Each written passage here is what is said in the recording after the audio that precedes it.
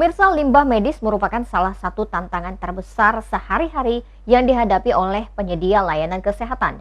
Dibutuhkan penanganan tertentu untuk limbah medis agar tidak menjadi sumber penyakit.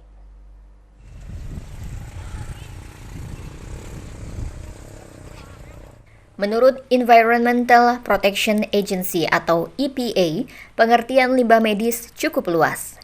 Semua bahan limbah yang dihasilkan di fasilitas pelayanan kesehatan seperti rumah sakit, klinik, kantor dokter, praktik gigi, bank darah, dan rumah sakit, klinik hewan, seperti serta fasilitas penelitian medis dan laboratorium, termasuk dalam limbah medis.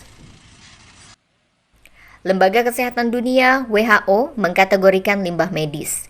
Kategori limbah medis yang paling umum terdiri dari benda tajam, limbah menular, radioaktif, patologi, obat-obatan, bahan kimia, dan limbah genotoksik. Orang-orang yang memiliki resiko tinggi tercemar limbah medis tentu saja petugas kesehatan, pasien, petugas pengumpulan dan pembuangan limbah, serta lingkungan sekitar. Limbah medis dapat menimbulkan bahaya jika dikelola secara tidak benar.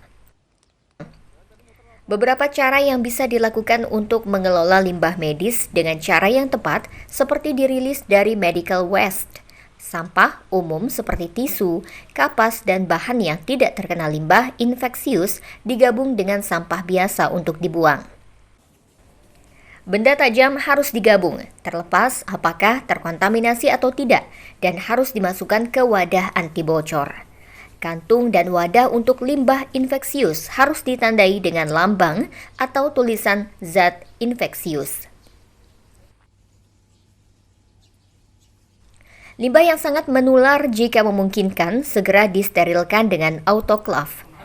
Limbah sitotoksik sebagian besar diproduksi di rumah sakit besar atau fasilitas penelitian harus dikumpulkan dalam wadah yang kuat dan anti bocor dengan jelas diberi label limbah sitotoksik.